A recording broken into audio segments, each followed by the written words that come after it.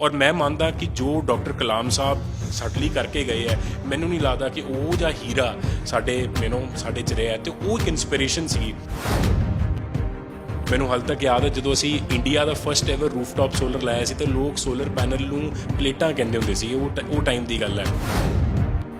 ਇਹ ਜਿਹੜੀ ਆਪਾਂ ਸਸਟੇਨੇਬਲ એનર્ਜੀ ਜਿਵੇਂ ਬੇਸਿਕ ਨੀਡਸ ਹੈ, ਉਸ 'ਤੇ ਮੈਂ ਆਪਣੀ ਡੈਡੀਕੇਟ ਕਰਨਾ ਚਾਹੁੰਦਾ ਜੀ ਲਾਈਫ। ਉਦੋਂ ਉਮੀਦ ਸੀਗੀ ਕਿ ਵੀ ਹਾਂ ਯਾਰ ਇੱਥੇ ਪੰਜਾਬ ਦੇ ਵਿੱਚ ਜਾਂ ਫਿਰ ਅਸੀਂ ਹਿੰਦੁਸਤਾਨ ਦੇ ਵਿੱਚ ਆਪਣੇ ਆਪ ਨੂੰ ਕਾਮਯਾਬ ਕਰ ਸਕਦੇ। ਤੁਹਾਡਾ ਮਿਸ਼ਨ ਕਲੀਅਰ ਹੋਣਾ ਚਾਹੀਦਾ। ਅਵਾਰਡ ਅੱਜ ਹੈ ਕੱਲ ਨਹੀਂ ਹੈਗੇ। ਤੁਹਾਡਾ ਮਿਸ਼ਨ ਕਲੀਅਰ ਹੋਣਾ ਚਾਹੀਦਾ, ਤੁਸੀਂ ਕਰਨਾ ਕੀ ਚਾਹੁੰਦੇ ਹੋ। ਮੈਂ ਮੰਨਦਾ ਇਹ ਹੁਣ ਜਿਹੜਾ ਨੈਕਸਟ 30 ਸਾਲ ਹੈ ਇਹ ਸਾਡੇ ਆਪਣੇ ਭਾਰਤ ਦਾ ਹੈ। ਅਸੀਂ ਅੱਜ ਦਾ ਨੌਜਵਾਨ ਇਹ ਕਿਉਂ ਨਹੀਂ ਡ੍ਰੀਮ ਕਰ ਸਕਦਾ 2040 ਵਿੱਚ ਜਾਂ 2030 ਵਿੱਚ ਬਾਹਰ ਦਾ US ਵਾਲਾ ਬੰਦਾ ਇੱਥੇ ਕਿਉਂ ਨਹੀਂ ਇੱਕ ਇੰਡੀਅਨ ਕੰਪਨੀ ਲਈ ਕਿਉਂ ਨਹੀਂ CEO ਹੋ ਸਕਦਾ। ਤੁਹਾਨੂੰ ਡਰ ਕਿਸ ਚੀਜ਼ ਤੋਂ ਲੱਗਦਾ ਹੈ? ਮੈਨੂੰ ਇੱਕੋ ਚੀਜ਼ ਤੋਂ ਡਰ ਲੱਗਦਾ ਹੈ ਵੀ ਅੱਜ ਤੋਂ 30 ਸਾਲ ਬਾਅਦ ਨਾ ਜਾਂ 20 ਸਾਲ ਬਾਅਦ ਸਾਡੀ ਜਿਹੜੀ ਫਿਊਚਰ ਜਨਰੇਸ਼ਨ ਹੈ, ਬੱਚੇ ਪੋਤੇ, ਇਹ ਨਾ ਕਹਿਣ ਵੀ ਤੁਸੀਂ ਕੁਝ ਨਹੀਂ ਕਰਿਆ, ਤੁਹਾਡੀ ਜਨਰੇਸ਼ਨ ਨੇ ਕੁਝ ਨਹੀਂ ਕਰਿਆ। ਮੈਨੂੰ ਇਹ ਹੈ ਕਿ ਮੈਂ ਆਪਣੀ ਮਿਹਨਤ ਕਰਨਾ ਚਾਹੁੰਦਾ ਐਂਡ ਜਿੰਨੇ ਵੀ ਲੋਕ ਇਨਸਪਾਇਰ ਹੋ ਸਕਦੇ ਉਸ ਮਿਹਨਤ ਨਾਲ, ਤੇ ਆਈ ਫੀਲ ਮੈਂ ਉਸੇ ਚੀਜ਼ ਆਪਣੀ ਵਿਕਟਰੀ ਮੰਨਦਾ। ਇੱਥੇ ਰੁਜ਼ਗਾਰ ਦੀ ਉਮੀਦ ਨਹੀਂ ਦਿਖਦੀ ਤਾਂ ਇਹ ਡਰ ਹੈ, ਜਾਂ ਅਸੀਂ ਇੱਥੇ ਕਾਮਯਾਬ ਨਹੀਂ ਹੋ ਸਕਦੇ, ਇਹ ਡਰ। ਜਿਹੜਾ ਅੱਜ ਬੰਦਾ ਪੰਜਾਬ 'ਚ ਬੈਠਾ ਹੈ, ਕੋਈ ਪਿੰਡ 'ਚ ਬੈਠਾ ਹੈ, ਕੋਈ ਫਰਕ ਹੀ ਨਹੀਂ ਪੈਂਦਾ ਜੀ। ਤੁਸੀਂ ਕੋਈ ਪਿੰਡ 'ਚ ਬੈਠੇ ਹੋ, ਕੋਈ ਸ਼ਹਿਰ 'ਚ ਬੈਠੇ ਹੋ, ਟੈਕਨੋਲੋਜੀ ਇਹੋ ਜਿਹੀ ਹੈ, ਤੁਸੀਂ ਹਰ ਕੋਈ ਬੰਦਾ ਆਪਣੇ ਲੈਪਟਾਪ 'ਚੋਂ ਕਰ ਸਕਦਾ ਹੈ। ਮੈਂ ਤੁਹਾਨੂੰ ਆਪ ਦੇਖ ਰਿਹਾ, ਤੁਹਾਨੂੰ ਦੇਖ ਰਿਹਾ, ਜੋ ਤੁਸੀਂ ਜਾ ਕੇ ਫਾਰਮਰਸ ਦੇ ਪੁਆਇੰਟ ਰੱਖ ਰਹੇ ਹੋ, ਸਾਰੀ ਚੀਜ਼ਾਂ ਦੈਟ ਇਜ਼ ਇਨਸਪੀਰੇਸ਼ਨ। ਸੋ ਮੈਨੂੰ ਲੱਗਦਾ ਰਾਈਟ ਕਾਈਂਡ ਆਫ ਇਨਸਪੀਰੇਸ਼ਨ ਬਹੁਤ ਜ਼ਰੂਰੀ ਹੈ, ਕਿਉਂਕਿ ਇੰਡੀਆ ਜਦੋਂ ਅਸੀਂ ਆਬਾਦੀ ਦੀ ਗੱਲ ਕਰਦੇ ਹਾਂ, ਪੰਜਾਬ ਹੀ 2.5 ਕਰੋੜ ਦੀ ਆਬਾਦੀ 'ਚ ਬੈਠਾ, ਭਾਰਤ 140 ਕਰੋੜ ਦੀ ਆਬਾਦੀ 'ਚ ਬੈਠਾ ਹੈ। ਇਹਦੇ ਤਾਂ ਜੋ ਸਕੇਲ ਆ ਸਕਦਾ ਹੈ, ਜਰਮਨੀ ਤਾਂ ਜੀ ਕਿਤੇ ਖੜੇ ਨਹੀਂ ਹੁੰਦਾ ਜੀ, ਜਾਪਾਨ ਤਾਂ ਕਿਤੇ ਖੜੇ ਨਹੀਂ ਹੁੰਦਾ। ਜਿਹੜੀ ਇੱਕੋ ਚੀਜ਼ ਦੀ ਲੋੜ ਹੈ ਨਾ ਜੀ, ਅਵੇਅਰਨੈਸ ਦੀ ਲੋੜ ਹੈ, ਹੋਰ ਕੋਈ ਚੀਜ਼ ਦੀ ਲੋੜ ਨਹੀਂ। ਹਾਲੇ ਵੀ ਲੋਕ ਕਹਿੰਦੇ ਜੀ ਅੱਛਾ ਮੈਂ ਸੋਲਰ ਲਾਵਾਂਗਾ ਜੀ ਤੇ ਮੇਰਾ ਫ੍ਰਿਜ ਚੱਲੂਗਾ ਜੀ, ਪੱਖਾ ਚੱਲੂਗਾ ਨਹੀਂ, ਇਹੋ ਜਿਹੇ ਸਵਾਲ ਹਾਲੇ ਵੀ ਆਉਂਦੇ ਆ। ਜਿੰਨਾ ਕੁ ਵੀ ਹੋ ਰਿਹਾ ਬਹੁਤ ਹੱਦ ਤੱਕ ਹੋ ਵੀ ਚੁੱਕਿਆ। ਬੜੇ ਗੁਰਦੁਆਰਿਆਂ ਨੇ, ਮੰਦਰਾਂ ਨੇ, ਮਸਜਿਦਾਂ ਨੇ ਵੀ ਸੋਲਰ ਲਾਇਆ, ਉਹ ਵੀ ਸਮਝ ਰਹੇ ਬਿਕੋਜ਼ ਉੱਥੇ ਬਹੁਤ ਸੁਸਾਇਟੀ ਆਉਂਦੀ ਹੈ। ਜੇ ਇੱਕ ਦੇਸ਼ ਦਾ ਕਿਸਾਨ ਖੁਸ਼ ਹੈ ਤਾਂ ਦੇਸ਼ ਖੁਸ਼ ਹੈ। ਇਹ ਬੜੀ ਸਿੰਪਲ ਗੱਲ ਹੈ। ਉਹ ਧੀਆਂ ਖੁਸ਼ ਹੈ, ਦੇਸ਼ ਖੁਸ਼ ਹੈ ਨਾ, ਇਹ ਇੱਕ ਨੋਰਮ ਹੈ। ਰੋਜ਼ਾਨਾ ਸਪੋਕਸਮੈਨ ਟੀਵੀ ਦੇਖ ਰਹੇ ਸਾਰੇ ਦਰਸ਼ਕਾਂ ਦਾ ਸਵਾਗਤ ਹੈ। ਦੋਸਤੋ, ਅੱਜ ਤੁਹਾਡੇ ਮੁਲਾਕਾਤ ਇੱਕ ਅਜਿਹੀ ਹਸਤੀ ਜਾਂ ਅਜਿਹੀ ਇੱਕ ਸਿੱਖ ਨੌਜਵਾਨ ਨਾਲ ਕਰਾਉਣ ਜਾ ਰਿਹਾ ਹਾਂ ਜਿਸ ਨੇ ਖੁਦ ਇੱਕ ਅਜਿਹਾ ਮੁਕਾਮ ਤਾਂ ਬਣਾਇਆ ਹੀ ਬਣਾਇਆ ਕਿ ਦੇਸ਼ਾਂ ਵਿਦੇਸ਼ਾਂ ਵਿੱਚ ਨਾਮ ਤਾਂ ਬੋਲਦਾ ਆ, ਲੇਕਿਨ ਬਹੁਤ ਸਾਰੇ ਨੌਜਵਾਨਾਂ ਨੂੰ ਕੰਮ ਦੇ ਰਹੇ ਨੇ। ਜੇਕਰ ਅਸੀਂ 100 ਸਿੱਖਾਂ ਦੀ ਗੱਲ ਕਰ ਲਈਏ ਤਾਂ 100 ਪਾਵਰਫੁਲ ਸਿੱਖਾਂ ਦੀ ਗੱਲ ਕਰ ਲਈਏ ਯੋਗੇ ਸਮੇਂ ਦੀ, ਤਾਂ ਉਹਨਾਂ ਦੇ ਵਿੱਚ ਨਾਮ ਜ਼ਰੂਰ ਸ਼ਾਮਲ ਹੈ ਸਿਮਰਪ੍ਰੀਤ ਸਿੰਘ ਦਾ। ਮੇਰੇ ਨਾਲ ਨੇ ਹਟੇਕ ਕੰਪਨੀ ਚਲਾਉਣ ਵਾਲੇ ਸਿਮਰਪ੍ਰੀਤ ਜੀ। ਸੋ ਸਿਮਰ ਜੀ, ਬਹੁਤ ਬਹੁਤ ਸਵਾਗਤ ਹੈ ਤੇ ਦਿਲੋਂ ਦੁਆਵਾਂ ਨੇ ਤੁਹਾਡੇ ਲਈ, ਕਿਉਂਕਿ ਸਿੱਖ ਕੌਮ ਦਾ ਨਾਂ ਤਾਂ ਰੌਸ਼ਨ ਕਰ ਰਹੇ ਹੋ, ਪਰ ਜੋ ਨੌਜਵਾਨਾਂ ਲਈ ਵੱਡੀ ਚੀਜ਼ ਹੈ ਰੁਜ਼ਗਾਰ, ਉਹ ਵੀ ਦੇ ਰਹੇ ਹੋ। ਸੋ ਤੁਹਾਡੀ ਜ਼ਿੰਦਗੀ ਬਾਰੇ ਜਾਣਨਾ ਚਾਹਾਂਗੇ, ਥੋੜ੍ਹਾ ਬਹੁਤ ਤੁਹਾਡੇ ਐਕਸਪੀਰੀਅੰਸ ਬਾਰੇ ਜਾਣਨਾ ਚਾਹਾਂਗੇ ਕਿ ਕਿਸ ਤਰੀਕੇ ਨਾਲ ਇਸ ਲਗਨ ਨਾਲ ਕੰਮ ਕਰਦੇ ਹੋ ਕਿ ਨੌਜਵਾਨਾਂ ਨੂੰ ਤੇ ਖੁਦ ਇਸ ਮੁਕਾਮ ਤੱਕ ਲੈ ਕੇ ਆਂਦਾ। ਸਭ ਤੋਂ ਪਹਿਲੇ ਜੀ ਸਤਿ ਸ਼੍ਰੀ ਅਕਾਲ ਜੀ ਸਾਰਿਆਂ ਨੂੰ। ਐਂਡ ਤੁਹਾਡਾ ਖਾਸ ਕਰ ਜੀ ਤੁਹਾਡੇ ਨਾਲ, ਤੁਹਾਨੂੰ ਅਸੀਂ ਦੇਖੀਦਾ ਜਿਹੜਾ ਤੁਸੀਂ ਇੰਨਾ ਵਧੀਆ ਕੰਮ ਕਰ ਰਹੇ ਹੋ। ਜੋ ਵੀ ਸਾਰੇ ਅੱਜ ਕੱਲ੍ਹ ਇਸ਼ੂਜ਼ ਚੱਲ ਰਹੇ ਆ, ਸਾਰਿਆਂ ਦਾ ਜਿਨ੍ਹਾਂ ਦੇ ਵੀ ਜੋ ਸੁਣ ਰਹੇ ਆ, ਸਭ ਦਾ ਸਤਿ ਸ਼੍ਰੀ ਅਕਾਲ ਜੀ। ਮੇਰਾ ਜਰਨੀ ਜੀ ਬੜੀ ਸਿੰਪਲ ਰਹੀ ਹੈ ਜੀ। ਮੈਂ ਇੱਥੇ ਚੰਡੀਗੜ੍ਹ 'ਚ ਹੀ ਆਪਣੀ ਮੇਰੀ ਸਾਰੀ ਸਕੂਲਿੰਗ ਵਗੈਰਾ ਰਹੀ, ਇੱਥੋਂ ਕਾਲਜ ਵਗੈਰਾ ਕਰਿਆ। ਜਿਵੇਂ ਨਾਰਮਲ ਸੀਗੇ ਜੀ 20-21 ਸਾਲ ਤੇ ਕਾਲਜ ਮੈਂ ਸਿੱਧੇ, ਮੇਰਾ ਜਿਹੜਾ ਇੱਕ ਟਰਨਿੰਗ ਪੁਆਇੰਟ ਜਿਹੜਾ ਸੀਗਾ ਆਪਣੇ ਕਾਲਜ ਵਿੱਚ ਚੌਥੇ ਸਾਲ ਵਿੱਚ ਸੀਗੇ ਤੇ ਸਾਡੇ ਕਾਲਜ ਵਿੱਚ ਪਤਾ ਲੱਗਦਾ ਜੀ ਡਾਕਟਰ ਕਲਾਮ ਸਾਹਿਬ, APJ ਅਬਦੁਲ ਕਲਾਮ ਸਾਹਿਬ ਨੇ ਆਉਣਾ। ਤੇ ਉਹ ਇਹੋ ਜਿਹੀ ਕਸ਼ਤੀ ਸੀਗੀ ਕਿ ਬੱਚੇ ਤੋਂ ਵੱਡਾ ਵੀ, ਬਜ਼ੁਰਗ ਵੀ ਉਹਨਾਂ ਨੂੰ ਸੁਣਦਾ ਸੀਗਾ। ਤੇ ਸਾਡੇ ਕਾਲਜ ਉਹਨਾਂ ਨੇ ਸਪੀਚ ਦੇਣੀ ਸੀ, ਅਸੀਂ ਚੌਥੇ ਸਾਲ 'ਚ ਹੁੰਦੇ ਸੀਗੇ।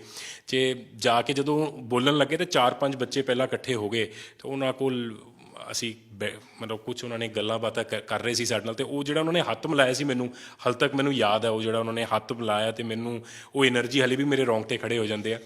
ਤੇ ਉਹਨਾਂ ਨੇ ਜੀ ਮੈਨੂੰ ਸਿਰਫ ਜਿੰਨੇ ਵੀ ਨੌਜਵਾਨ ਸੀਗੇ ਔਰ ਆਪਣੀ ਸਪੀਚ ਵਿੱਚ 2 ਹੀ ਗੱਲਾਂ ਬੋਲੀਆਂ ਕਿ ਜੀ ਜਿਹੜਾ ਫਿਊਚਰ ਇੰਡੀਆ ਹੈ, ਫਿਊਚਰ ਭਾਰਤ ਹੈ, ਇੰਡੀਆ 2020 ਦੀ ਉਹਨਾਂ ਨੇ ਗੱਲ ਕੀਤੀ। ਆਪਣੀ ਕਿਤਾਬ 'ਚ ਵੀ ਗੱਲ ਕਰਦੇ ਆ ਕਿ ਸਸਟੇਨੇਬਲ ਇੰਡੀਆ ਨੂੰ ਦੇਖਦੇ ਆ, ਹਰ ਘਰ ਵਿੱਚ ਕਲੀਨ ਵਾਟਰ, ਕਲੀਨ ਇਲੈਕਟ੍ਰਿਸਿਟੀ ਨੂੰ ਵਿਜ਼ੂਅਲਾਈਜ਼ ਕਰਦੇ ਆ। ਉਹ 2011 ਦੀ ਸਰ ਗੱਲ ਸੀਗੀ। ਤੇ ਉਦੋਂ ਮੈਨੂੰ ਇੱਕ ਇੰਨਾ ਕੁ ਆਈਡੀਆ ਲੱਗ ਗਿਆ ਸੀਗਾ ਵੀ ਕੁਝ ਇਹੋ ਜਿਹਾ ਹੀ ਕਰਨਾ, ਕੁਝ ਸਸਟੇਨੇਬਲ એનર્ਜੀ ਦੇ ਆਸ-ਪਾਸ ਕੁਝ ਇਹੋ ਜਿਹਾ ਕਰਨਾ। ਬਿਕੋਜ਼ ਜਦੋਂ ਇੱਕ ਲੈਜੈਂਡ, ਔਰ ਮੈਂ ਮੰਨਦਾ ਕਿ ਜੋ ਡਾਕਟਰ ਕਲਾਮ ਸਾਹਿਬ ਸਾਡੇ ਲਈ ਕਰਕੇ ਗਏ ਹੈ, ਮੈਨੂੰ ਨਹੀਂ ਲੱਗਦਾ ਕਿ ਉਹ ਜਿਹਾ ਹੀਰਾ ਸਾਡੇ 'ਚ ਰਿਹਾ, ਅਤੇ ਉਹ ਇੱਕ ਇੰਸਪੀਰੇਸ਼ਨ ਸੀਗੀ। ਐਂਡ ਹਰ ਇੱਕ ਨੌਜਵਾਨ 'ਚ ਕੋਈ ਇੱਕ ਇੰਸਪੀਰੇਸ਼ਨ ਰਹੀ। ਸੋ ਮੇਰੀ ਉਹ ਇੰਸਪੀਰੇਸ਼ਨ ਰਹੇ ਕਿ ਮੈਨੂੰ ਇੱਕ ਆਈਡੀਆ ਲੱਗ ਗਿਆ। ਅਤੇ ਉਹ ਤੋਂ ਬਾਅਦ ਜੀ ਫਿਰ ਹਟੇਕ ਜਿਹੜੀ ਕੰਪਨੀ ਸੀਗੀ, ਸਾਡਾ ਆਲਰੇਡੀ ਪਾਵਰ ਇਨਫਰਾਸਟਰਕਚਰ ਵਿੱਚ ਅਸੀਂ ਕੰਮ ਕਰ ਰਹੇ ਸੀ। ਮੇਰੇ ਫਾਦਰ ਨੇ ਸਟਾਰਟ ਕੀਤੀ ਸੀ ਕੰਪਨੀ 91 ਵਿੱਚ। ਅਤੇ ਜਦੋਂ ਮੈਂ ਫਿਰ 2012 'ਚ ਜਦੋਂ ਆਏ, ਅਤੇ ਮੈਂ ਬੜਾ ਕਲੀਅਰਲੀ ਸੀਗਾ ਕਿ ਅਸੀਂ ਕੁਛ ਰੀਨਿਊਏਬਲ એનર્ਜੀ ਵਿੱਚ ਕਰਨਾ, ਸੋਲਰ ਇੰਡਸਟਰੀ ਵਿੱਚ ਕਰਨਾ। ਅਤੇ ਉੱਥੋਂ ਫਿਰ ਅਸੀਂ ਮੈਂ ਆਪਣੀ ਜਰਨੀ ਸੋ ਕਾਲਡ ਜਿਹੜੀ ਸਟਾਰਟ ਕੀਤੀ। ਅਤੇ 8 ਸਾਲ ਹੋ ਗਏ ਜੀ ਉਹ ਜਰਨੀ ਨੂੰ ਅੱਜ ਪੂਰੇ। 2012 ਮਈ ਵਿੱਚ ਜੁਆਇਨ ਕੀਤੀ ਸੀ ਮੈਂ ਹਟੇਕ। ਅਤੇ ਅੱਜ ਜਦੋਂ ਮੈਂ ਦੇਖਦਾ ਅਸੀਂ ਹਟੇਕ ਸੋਲਰ ਵਿੱਚ ਜੋ ਕੰਮ ਕਰ ਰਹੇ ਹਾਂ, ਸਾਡਾ ਮੇਨ ਮਿਸ਼ਨ ਕੀ ਹੈ ਕਿ ਹਰ ਇੱਕ ਘਰ ਵਿੱਚ, ਹਰ ਇੱਕ ਬਿਲਡਿੰਗ, ਹਰ ਇੱਕ ਇੰਡਸਟਰੀ ਵਿੱਚ ਸੋਲਰ ਔਰ ਇੱਕ ਕਲੀਨ ਬਿਜਲੀ ਪੈਦਾ ਹੋਏ, ਆਪਣੇ ਆਪ ਬਿਜਲੀ ਪੈਦਾ ਕਰਨ। ਸੋ ਮੇਰੀ ਇਹ ਜਰਨੀ ਰਹੀ ਹੈ ਜੀ। ਐਂਡ ਅਫਕੋਰਸ ਬੰਦੇ ਕਹਿੰਦੇ ਜੀ ਜਿਵੇਂ ਓਵਰਨਾਈਟ ਸਕਸੈਸ ਤਾਂ ਕੁਛ ਹੁੰਦਾ ਨਹੀਂ। ਪਹਿਲੇ 5-6 ਸਾਲ ਬਹੁਤ ਲੋਕਾਂ ਨੂੰ ਐਜੂਕੇਟ ਕੀਤਾ, ਬਿਕੋਜ਼ ਮੈਨੂੰ ਹਾਲੇ ਤੱਕ ਯਾਦ ਹੈ ਜਦੋਂ ਅਸੀਂ ਇੰਡੀਆ ਦਾ ਫਸਟ ਐਵਰ ਰੂਫਟਾਪ ਸੋਲਰ ਲਾਇਆ ਸੀ ਤਾਂ ਲੋਕ ਸੋਲਰ ਪੈਨਲ ਨੂੰ ਪਲੇਟਾਂ ਕਹਿੰਦੇ ਹੁੰਦੇ ਸੀ। ਉਹ ਟਾਈਮ ਦੀ ਗੱਲ ਹੈ ਜਦੋਂ ਨਾਰਮਲ ਨਹੀਂ ਸੀ। ਹੁਣ ਅੱਜ ਅਸੀਂ ਘਰਾਂ 'ਚ ਲਾ ਚੁੱਕੇ ਹਾਂ, ਫਿਰ ਚੰਡੀਗੜ੍ਹ ਵਿੱਚ ਲਾਤੇ, ਅਸੀਂ ਹੁਣ ਘਰਾਂ 'ਚ ਕਰ ਰਹੇ ਹਾਂ। ਸੋ ਮੇਨ ਜੀ ਮਿਸ਼ਨ ਬੇਸਿਕਲੀ ਮੇਰੀ ਜਰਨੀ ਦਾ ਇਹੀ ਹੈਗਾ। And I want to dedicate my life to solve ਇਹ ਜਿਹੜੀ ਆਪਾਂ ਸਸਟੇਨੇਬਲ એનર્ਜੀ ਜਿਵੇਂ ਬੇਸਿਕ ਨੀਡਸ ਹੈ, ਉਸ 'ਤੇ ਮੈਂ ਆਪਣੀ ਡੈਡੀਕੇਟ ਕਰਨਾ ਚਾਹੁੰਦਾ ਜੀ ਲਾਈਫ। ਤੁਹਾਡੀ ਟਰਨਿੰਗ ਪੁਆਇੰਟ ਦੀ ਗੱਲ ਕਰ ਲਈਏ ਤਾਂ ਕਲਾਮ ਸਾਹਿਬ ਦੇ ਕਰਕੇ ਟਰਨਿੰਗ ਪੁਆਇੰਟ ਹੈ। ਬਹੁਤ ਘੱਟ ਅਜਿਹੇ ਲੋਕ ਹੁੰਦੇ ਨੇ ਜਿਨ੍ਹਾਂ ਲਈ ਕੋਈ ਨਾ ਕੋਈ ਹੀਰਾ ਆਪ ਚਮਕ ਦਿੰਦਾ ਆ ਅਤੇ ਉਸ ਦੀ ਚਮਕ ਤੋਂ ਬਾਅਦ ਇੱਕ ਹੀਰਾ ਹੋਰ ਬਣਦਾ ਆ। ਪਰ ਜੇਕਰ ਮੈਂ ਤੁਹਾਡੀ ਜਰਨੀ ਦੀ ਗੱਲ ਕਰ ਲਾਂ ਤਾਂ ਅੱਜ ਫੋਰਬਸ 3030 ਦੇ ਵਿੱਚ ਗੱਲ ਕਰ ਲਈਏ ਤਾਂ ਸਿਮਰ ਛਾਇਆ ਹੋਇਆ ਪੂਰਾ। ਪਰ ਪੰਜਾਬ ਦੇ ਵਿੱਚ ਸਕੋਪ ਦੇਖਦੇ ਹੋ, ਭਾਰਤ ਦੇ ਵਿੱਚ ਸਕੋਪ ਦੇਖਦੇ ਹੋ, ਕਿਉਂਕਿ ਤੁਸੀਂ ਉਸ ਸਮੇਂ ਦੀ ਗੱਲ ਕਰਦੇ ਹੋ ਜਦੋਂ ਇੱਕ ਰੁਝਾਨ ਬਹੁਤ ਜ਼ਿਆਦਾ ਸੀ ਨੌਜਵਾਨਾਂ ਦਾ ਵਿਦੇਸ਼ਾਂ ਵੱਲ ਨੂੰ। ਹਾਲਾਂਕਿ ਹੁਣ ਵੀ ਹੈ, ਹੁਣ ਅੱਗੇ ਨਾਲੋਂ ਜ਼ਿਆਦਾ ਹੋ ਗਿਆ, ਪਰ ਉਦੋਂ ਇੱਕ ਤਰ੍ਹਾਂ ਸੁਨਾਮੀਆਂ, ਇੱਕ ਹੜ੍ਹ ਹੀ ਆ ਗਿਆ ਸੀ ਕਿ ਨੌਜਵਾਨ ਵੱਡੀ ਗਿਣਤੀ 'ਚ ਬ੍ਰੇਨ ਡਰੇਨ ਜਿਹਨੂੰ ਅਸੀਂ ਕਹਿੰਦੇ ਹਾਂ ਉਹ ਹੁੰਦਾ ਸੀ। ਉਦੋਂ ਉਮੀਦ ਸੀਗੀ ਕਿ ਵੀ ਹਾਂ ਯਾਰ ਇੱਥੇ ਪੰਜਾਬ ਦੇ ਵਿੱਚ ਜਾਂ ਫਿਰ ਅਸੀਂ ਹਿੰਦੁਸਤਾਨ ਦੇ ਵਿੱਚ ਆਪਣੇ ਆਪ ਨੂੰ ਕਾਮਯਾਬ ਕਰ ਸਕਦੇ ਹਾਂ ਜੀ। ਨਹੀਂ, ਇੱਕ ਤਾਂ ਫੋਰਬਸ ਨੇ ਇੱਕ ਤੁਸੀਂ ਬੜੀ ਵਧੀਆ ਗੱਲ ਕਹੀ, ਉਹਨਾਂ ਨੇ ਇੱਕ ਵਧੀਆ ਕੰਮ ਕਰਿਆ ਕਿ 30 ਅੰਡਰ 30 ਨਾਲ ਮੇਰੀ ਏਜ ਕਲੀਅਰ ਹੋ ਗਈ। ਨਹੀਂ ਤਾਂ ਆਮ ਤੌਰ 'ਤੇ ਮੈਨੂੰ ਕਹਿੰਦੇ ਸੀਗੇ ਵੀ ਇਹ ਪਤਾ ਨਹੀਂ 40 ਸਾਲਾਂ ਦਾ ਹੋਊਗਾ ਕਿਉਂਕਿ ਕੱਦ ਕੁੱਦ ਹੋ ਜਾ ਮੈਨੂੰ ਮੈਂ ਪੰਜਾਬੀਆਂ ਦਾ। ਬਟ ਨਹੀਂ, ਉਹ ਇੱਕ ਬਹੁਤ ਵੱਡਾ ਮਾਣ ਸੀਗਾ ਜੀ, ਬਹੁਤ ਵੱਡਾ ਔਨਰ ਸੀਗਾ। ਅਤੇ ਮੈਂ ਅੱਜ ਵੀ ਮੰਨਦਾ ਜੀ ਇਹ ਜਿੰਨਾ ਵੀ ਅਵਾਰਡ ਹੈ ਨਾ ਜੀ, ਇਹ ਬਾਈ ਪ੍ਰੋਡਕਟ ਹੈ। ਤੁਹਾਡਾ ਮਿਸ਼ਨ ਕਲੀਅਰ ਹੋਣਾ ਚਾਹੀਦਾ। ਅਵਾਰਡ ਅੱਜ ਹੈ ਕੱਲ੍ਹ ਨਹੀਂ ਹੈਗੇ, ਤੁਹਾਡਾ ਮਿਸ਼ਨ ਕਲੀਅਰ ਹੋਣਾ ਚਾਹੀਦਾ, ਤੁਸੀਂ ਕਰਨਾ ਕੀ ਚਾਹੁੰਦੇ ਹੋ। ਤੁਹਾਡਾ ਸਵਾਲ ਬਹੁਤ ਇੱਕ ਇੰਟਰਸਟਿੰਗ, ਬੜਾ ਸੈਂਸਿਟਿਵ ਸਵਾਲ ਹੈ। ਮੈਨੂੰ ਨਾ ਜੀ ਇੱਕ ਬਹੁਤ ਸਾਡੇ ਜਿਵੇਂ ਬਜ਼ੁਰਗਾਂ ਨੇ ਨਾ ਇੱਕ ਸਾਡੇ ਫੈਮਿਲੀ 'ਚ ਇੱਕ ਬੜੀ ਵਧੀਆ ਚੀਜ਼ ਕਹੀ ਕਿ ਕਹਿੰਦੇ ਕਿ ਜੇ ਤੁਹਾਨੂੰ ਚੇਂਜ ਨਹੀਂ ਦਿਖ ਰਿਹਾ ਨਾ ਤਾਂ you have to become the change. ਅਤੇ ਇਹ ਜਿਹੜੀ ਵਿਦੇਸ਼ ਜਾਣ ਵਾਲੀ ਜਾਂ ਇਹ ਹੁਣ ਤੋਂ ਨਹੀਂ, ਇਹ ਤਾਂ ਪਹਿਲਾਂ ਤੋਂ ਚੱਲ ਰਹੀ ਹੈ।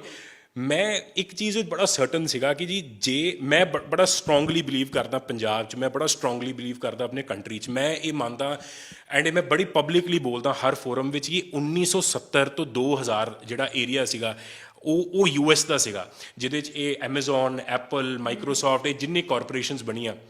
2000 ਜਾਂ ਮਿਡ 90s ਤੋਂ ਹੁਣ ਤੱਕ ਕਰੋਨੇ ਤੱਕ ਦਾ ਟਾਈਮ ਚਾਈਨਾ ਦਾ ਸੀ, ਜਿੱਥੇ ਉਹਨਾਂ ਨੇ ਮਾਸ ਮੈਨੂਫੈਕਚਰਿੰਗ ਇੰਨੀਆਂ ਉਹਨਾਂ ਦੀ ਕੰਪਨੀਆਂ ਬਣੀਆਂ। ਮੈਂ ਮੰਨਦਾ ਇਹ ਹੁਣ ਜਿਹੜਾ ਨੈਕਸਟ 30 ਸਾਲ ਹੈ ਇਹ ਸਾਡੇ ਆਪਣੇ ਭਾਰਤ ਦਾ ਹੈ, ਇਹ ਸਾਡੇ ਆਪਣੇ ਭਾਰਤ ਦਾ ਹੈ। ਐਂਡ ਇਹ ਸਾਨੂੰ ਇਹ ਦੇਖਣਾ, ਸਾਨੂੰ ਬੜੀ ਚੀਜ਼ ਦੀ ਮਾਣ ਬਣਦੀ ਹੈ ਨਾ ਕਿ ਜੀ ਮਾਈਕਰੋਸੋਫਟ ਦਾ, ਗੂਗਲ ਦਾ, ਸਾਰੇ ਜਿੰਨੇ ਵੀ ਬੰਦੇ ਉਹ ਇੰਡੀਅਨਸ ਹੈ। ਅਸੀਂ ਅੱਜ ਦਾ ਨੌਜਵਾਨ ਇਹ ਕਿਉਂ ਨਹੀਂ ਡਰੀਮ ਕਰ ਸਕਦਾ 2040 ਵਿੱਚ ਜਾਂ 2030 ਵਿੱਚ ਬਾਹਰ ਦਾ US ਵਾਲਾ ਬੰਦਾ ਇੱਥੇ ਕਿਉਂ ਨਹੀਂ ਇੱਕ ਇੰਡੀਅਨ ਕੰਪਨੀ ਲਈ ਕਿਉਂ ਨਹੀਂ CEO ਹੋ ਸਕਦਾ। ਉਹ ਹੈ ਤਾਂ ਇੰਡੀਅਨਸ, ਲੇਕਿਨ ਉਹ ਕੰਪਨੀਜ਼ ਤਾਂ ਅਮਰੀਕਨ ਕੰਪਨੀਜ਼ ਹੈ ਨਾ, ਜਾਂ ਉਹ ਚਾਈਨੀਜ਼ ਕੰਪਨੀਜ਼ ਹੈ, ਜਿਹੜੀ ਵੀ ਕੰਪਨੀਜ਼ ਹੈ। ਮੈਨੂੰ ਉਸ ਦਿਨ ਇੱਕ ਪ੍ਰਾਊਡ ਮਹਿਸੂਸ ਹੋਗਾ ਕਿ ਇੰਡੀਅਨ ਕੰਪਨੀ ਜਿਹੜਾ ਇੱਕ ਗਲੋਬਲ ਲੈਵਲ 'ਤੇ ਜਾ ਰਹੀ ਹੈ। ਸੋ ਇਹ ਬੜਾ ਸੈਂਸਿਟਿਵ ਪੁਆਇੰਟ ਹੈ। ਦੇਖੋ ਜੀ, ਬ੍ਰੇਨ ਡਰੇਨ ਤਾਂ ਹੋ ਹੀ ਰਿਹਾ ਹੈ ਨਾ, best of the best people are going out there, ਬਾਹਰ ਜਾ ਰਹੇ ਤਾਂ ਉਹਨਾਂ ਨੂੰ ਅਪਰਚੁਨਿਟੀਜ਼ ਮਿਲ ਰਹੀਆਂ। ਮੈਂ ਤਾਂ ਦੇਖੋ ਜੀ ਟਿੱਪਣੀ ਨਹੀਂ ਦੇਣਾ ਚਾਹੂੰਗਾ ਲੋਕਾਂ ਨੂੰ, ਲੋਕਾਂ ਦੀ ਲਾਈਫ ਹੈ। ਮੈਂ ਤਾਂ ਇਹ ਕਹਿਣਾ ਚਾਹੁੰਦਾ ਵੀ ਸਾਡੀ ਜਨਰੇਸ਼ਨ ਕੋਲ ਓਪਰਚੁਨਿਟੀ ਹੈ, ਇਹ ਸਾਡਾ ਆਪਣਾ ਟਾਈਮ ਹੈ। ਮੈਨੂੰ ਨਾ ਜੀ ਕੋਈ ਪੁੱਛਦਾ ਨਹੀਂ ਜੀ ਤੁਹਾਨੂੰ ਡਰ ਕਿਸ ਚੀਜ਼ ਤੋਂ ਲੱਗਦਾ, ਮੈਨੂੰ ਇੱਕੋ ਚੀਜ਼ ਤੋਂ ਡਰ ਲੱਗਦਾ ਹੈ ਵੀ ਅੱਜ ਤੋਂ 30 ਸਾਲ ਬਾਅਦ ਨਾ ਜਾਂ 20 ਸਾਲ ਬਾਅਦ ਸਾਡੀ ਜਿਹੜੀ ਫਿਊਚਰ ਜਨਰੇਸ਼ਨ ਹੈ, ਬੱਚੇ ਪੋਤੇ, ਇਹ ਨਾ ਕਹਿਣ ਵੀ ਤੁਸੀਂ ਕੁਛ ਨਹੀਂ ਕਰਿਆ, ਤੁਹਾਡੀ ਜਨਰੇਸ਼ਨ ਨੇ ਕੁਛ ਨਹੀਂ ਕਰਿਆ। ਸੋ ਮੈਨੂੰ ਲੱਗਦਾ ਕਿ ਮੈਨੂੰ ਇਹ ਵੀ ਨਹੀਂ ਪਤਾ ਸਰ ਕਿ ਮੈਂ ਕਾਮਯਾਬ ਹੋਊਂਗਾ ਕਿ ਨਹੀਂ ਹੋਊਂਗਾ 20 ਸਾਲ ਬਾਅਦ ਜਾਂ 30 ਸਾਲ ਬਾਅਦ, ਕਿੱਥੇ ਪਹੁੰਚਾਂਗੇ, ਹਟੇਕ ਨੂੰ ਕਿਸ 'ਤੇ ਲੈ ਕੇ ਜਾਵਾਂਗੇ। ਮੈਨੂੰ ਇਹ ਹੈ ਕਿ ਮੈਂ ਆਪਣੀ ਮਿਹਨਤ ਕਰਨਾ ਚਾਹੁੰਦਾ ਐਂਡ ਜਿੰਨੇ ਵੀ ਲੋਕ ਇੰਸਪਾਇਰ ਹੋ ਸਕਦੇ ਉਸ ਮਿਹਨਤ ਨਾਲ, ਅਤੇ ਆਈ ਫੀਲ ਮੈਂ ਉਸੀ ਚੀਜ਼ ਆਪਣੀ ਵਿਕਟਰੀ ਮੰਨਦਾ ਜੀ। ਜਿਵੇਂ ਤੁਸੀਂ ਬੜੀ ਸੋਹਣੀ ਗੱਲ ਕਹੀ ਹੈ ਕਿ ਲੋਕ ਇਹ ਨਹੀਂ ਪੁੱਛਣਗੇ ਕਿ ਦੌਰ ਮਾੜੇ ਸੀ, ਲੋਕ ਇਹ ਪੁੱਛਣਗੇ ਤੁਸੀਂ ਕਿਉਂ ਚੁੱਪ ਸੀ, ਤੁਸੀਂ ਕਿਉਂ ਜਿਹੜਾ ਕਿ ਖਾਮੋਸ਼ ਰਹੇ। ਸੋ ਬਿਲਕੁਲ ਲੋੜ ਹੈ ਇਸ ਵਕਤ ਇਹ ਹੈ ਕਿ ਅਸੀਂ ਆਪਣੀਆਂ ਅੰਦਰਲੀਆਂ ਖੂਬੀਆਂ ਨੂੰ ਬਾਹਰ ਲਿਆਈਏ। ਪਰ ਤੁਸੀਂ ਡਰ ਦੀ ਗੱਲ ਕਰਦੇ ਹੋ, ਮੈਂ ਇਸ ਡਰ ਦੇ ਨਾਲ ਸਵਾਲ ਮੇਰਾ ਜੁੜਿਆ ਹੋਇਆ ਆ ਕਿ ਜਦੋਂ ਡਰ ਆਉਂਦਾ ਆ ਤਾਂ ਕਿਤੇ ਨਾ ਕਿਤੇ ਅਸੀਂ ਇਹ ਮੰਨ ਲਈਏ ਕਿ ਸਾਨੂੰ ਇੱਥੇ ਰੁਜ਼ਗਾਰ ਦੀ ਉਮੀਦ ਨਹੀਂ ਦਿਖਦੀ, ਤਾਂ ਇਹ ਡਰ ਹੈ, ਜਾਂ ਅਸੀਂ ਇੱਥੇ ਕਾਮਯਾਬ ਨਹੀਂ ਹੋ ਸਕਦੇ, ਇਹ ਡਰ ਹੈ। ਦੇਖੋ ਜੀ, ਡਰ ਤਾਂ ਪੈਦਾ ਹੁੰਦਾ ਹੈ ਲੈਕ ਆਫ ਓਪਰਚੁਨਿਟੀ। ਜੇ ਓਪਰਚੁਨਿਟੀ ਨਾ ਹੋਏ ਬੰਦੇ ਨੇ, ਦੇਖੋ ਅਲਟੀਮੇਟਲੀ ਨਾ ਜੀ ਬੜਾ ਸਿੰਪਲ ਸਵਾਲ ਹੈ, ਹਰ ਬੰਦੇ ਨੇ ਰੋਟੀ ਖਾਣੀ ਹੈ, ਤੇ ਜੇ ਰੋਟੀ ਇਨ ਕੁਐਸਚਨ ਹੋ ਜਾਏ ਤਾਂ ਬੰਦਾ ਡਰ ਤਾਂ ਵੈਸੇ ਹੀ ਪੈਦਾ ਹੋ ਜਾਊਗਾ। ਨੀਡ ਔਰ ਵਾਂਟ ਵਿੱਚ ਤਾਂ ਫਰਕ ਹੈ। ਦੇਖੋ ਜੀ, ਇਹਦੇ ਦੋ ਅੱਜ ਅਸੀਂ ਮੁਹੱਲੀ ਬੈਠੇ ਹਾਂ, ਤੁਸੀਂ ਅੱਜ ਹਟੇਕ ਟਾਵਰ 'ਚ ਬੈਠੇ ਹੋ, ਤੇ ਅਸੀਂ ਕਿਤੇ ਦਫ਼ਤਰ ਦਿੱਲੀ ਨਹੀਂ ਬਣਾਇਆ, ਅਸੀਂ ਦਫ਼ਤਰ ਬੰਬੇ ਨਹੀਂ ਬਣਾਇਆ, ਅਸੀਂ ਦਫ਼ਤਰ ਪੰਜਾਬ 'ਚ ਬਣਾਇਆ, ਅਸੀਂ ਇੰਡੀਆ 'ਚ ਬਿਲੀਵ ਕਰਦੇ ਹਾਂ, ਅਸੀਂ ਇਹ ਕੰਟਰੀ 'ਚ ਬਿਲੀਵ ਕਰਦੇ ਹਾਂ। ਦੇਖੋ ਇਹਦੇ ਦੋ ਪਹਿਲੂ ਹੈ। ਪਹਿਲੀ ਚੀਜ਼ ਇਹ ਹੈ ਕਿ ਜਿਹੜੀ ਓਪਰਚੁਨਿਟੀ ਹੈ, ਅਸੀਂ ਇਹ ਕਿਉਂ ਕਹਿੰਦੇ ਹਾਂ ਜੀ ਓਪਰਚੁਨਿਟੀ ਨਹੀਂ, Y can't we create opportunities. Solar ਦੀ ਜਦੋਂ ਅਸੀਂ ਗੱਲ ਕਰਦੇ ਹਾਂ, 2012 ਤੋਂ ਪਹਿਲਾਂ ਕਿਹੜਾ ਜ਼ਿਆਦਾ ਅਸੀਂ ਰੂਫਟਾਪ ਇਹ ਰੀਜਨ 'ਚ ਕੋਈ ਕੰਮ ਹੀ ਨਹੀਂ ਕਰ ਰਿਹਾ ਸੀਗਾ। ਮੇਰਾ ਬੜਾ ਸਭ ਨੂੰ ਇਹੀ ਪੁਆਇੰਟ ਹੈ ਕਿ ਅਸੀਂ ਅੱਜ ਬੈਠੇ ਹਾਂ, ਜਿਹੜਾ ਅੱਜ ਬੰਦਾ ਪੰਜਾਬ 'ਚ ਬੈਠਾ ਹੈ, ਕੋਈ ਪਿੰਡ 'ਚ ਬੈਠਾ ਹੈ, ਕੋਈ ਫਰਕ ਹੀ ਨਹੀਂ ਪੈਂਦਾ ਜੀ। ਤੁਸੀਂ ਕੋਈ ਪਿੰਡ 'ਚ ਬੈਠੇ ਹੋ, ਕੋਈ ਸ਼ਹਿਰ 'ਚ ਬੈਠੇ ਹੋ, ਟੈਕਨੋਲੋਜੀ ਇਹੋ ਜਿਹੀ ਹੈ, ਤੁਸੀਂ ਹਰ ਕੋਈ ਬੰਦਾ ਆਪਣੇ ਲੈਪਟਾਪ 'ਚੋਂ ਕਰ ਸਕਦਾ ਹੈ। ਸੋ ਮੇਰਾ ਪਹਿਲਾ ਪੁਆਇੰਟ ਹੈ ਜੀ, ਓਪਰਚੁਨਿਟੀ ਜੇ ਤੁਹਾਨੂੰ ਨਹੀਂ ਦਿਖ ਰਹੀ ਤਾਂ ਲੈਟਸ ਕ੍ਰੀਏਟ ਦੈਟ ਓਪਰਚੁਨਿਟੀ। ਸਾਡਾ ਜਿਹੜਾ ਮਾਈਂਡਸੈਟ ਹੈ ਨਾ ਸਰ, ਜਿਹੜੀ ਆਪਾਂ ਪਹਿਲਾਂ ਵੀ ਗੱਲ ਕਰ ਰਹੇ ਸੀ, ਸਾਡਾ ਮਾਈਂਡਸੈਟ ਆਜ਼ਾਦੀ ਤੋਂ ਬਾਅਦ ਨਾ ਹਮੇਸ਼ਾ ਜੌਬ ਸੀਕਰ ਵਾਲਾ ਰਿਹਾ ਕਿ ਜੌਬ ਅਗਰ ਲੈਣੀ ਹੈ ਨਾ, ਅਸੀਂ ਆਪਣੇ ਨੂੰ ਤਿਆਰੀ ਉਵੇਂ ਕੀਤੀ ਹੈ। Why can't we become job creators. Job creator ਜ਼ਰੂਰੀ ਨਹੀਂ ਕਿ ਤੁਸੀਂ 1000 ਬੰਦਿਆਂ ਨੂੰ ਦੇਣੀ ਹੈ ਜੌਬ, ਤੁਸੀਂ 2 ਬੰਦਿਆਂ ਨੂੰ ਵੀ ਦੇ ਸਕਦੇ ਹੋ। ਤੇ ਪਹਿਲਾ ਉਹ ਪੁਆਇੰਟ ਹੈ ਕਿ ਓਪਰਚੁਨਿਟੀ ਕ੍ਰੀਏਟ ਕਰੀਏ।